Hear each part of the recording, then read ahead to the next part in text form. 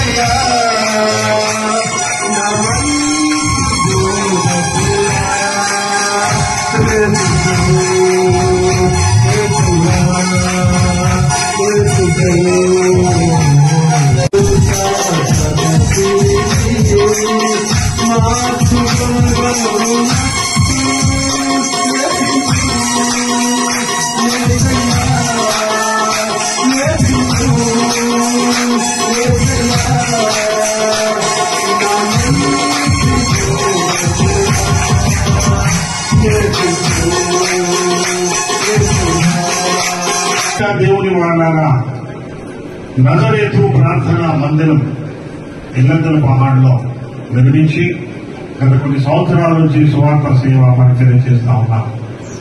ఈ రోజున ప్రభువైన క్రీస్తు యేసు లేచినటువంటి రోజు. బోలో క్రీస్తు మహారాజుకి, రాబోతున్న రారాజుకు, పాపుల రక్షకునికి. దేవుడు మన పాపాల నిమిత్తము మరణించి తిరిగి లేచినటువంటి మన చక్కటి ఈస్టర్ పండుగ. ఈ పండుగ ఈ రోజున మనం ఎంతో ఘనంగా జరుపుకుంటాం.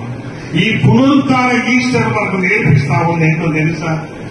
పెండల కలనే లేచే అనుభవాన్ని నేర్పించి యేసు క్రీస్తు సమాధి దగ్గర మరి మరియ వెళ్ళినప్పుడు అక్కడ ప్రభువు లేడని ఆ బిడ్డ కంగారు పడతా ఉంది.